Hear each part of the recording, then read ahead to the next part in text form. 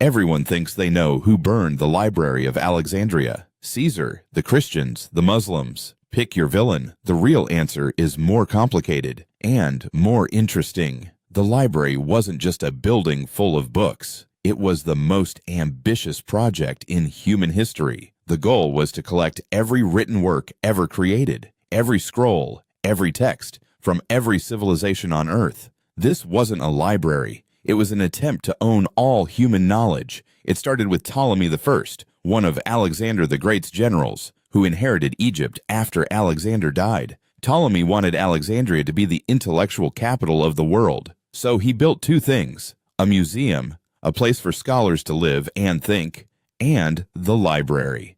The scholars were paid by the state. They had free food, free housing, free everything. Their only job was to think. The greatest minds of the ancient world came here: Euclid, Archimedes, Eratosthenes. Eratosthenes calculated the circumference of the earth here in 240 BC. He was accurate to within 1%.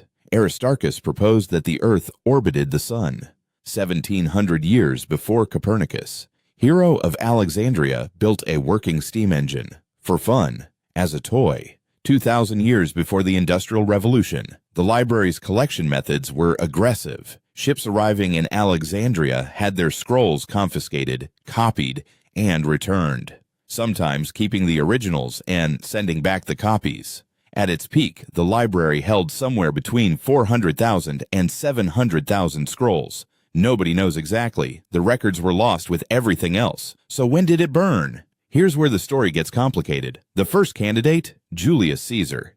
In 48 BC, Caesar was trapped in Alexandria during a civil war. He set fire to ships in the harbor. Some accounts say the fire spread to a warehouse near the docks that held 40,000 scrolls waiting for export. But that was a warehouse, not the library itself. And Caesar's own account doesn't mention books at all. Second candidate, Theophilus, the Christian bishop of Alexandria, in 391 AD. Under orders from Emperor Theodosius, Theophilus destroyed the Serapeum, a massive temple that housed a secondary library collection. This was real. It happened. But the Serapeum held a branch collection. Scholars debate whether the main library was even still operating by then.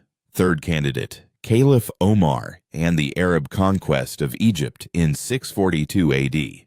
The story goes that he ordered the library burned, saying, "If the books agree with the Quran, they're unnecessary. If they disagree, they're heretical." It's a powerful story, and almost certainly false. It appears in sources written 500 years after the event.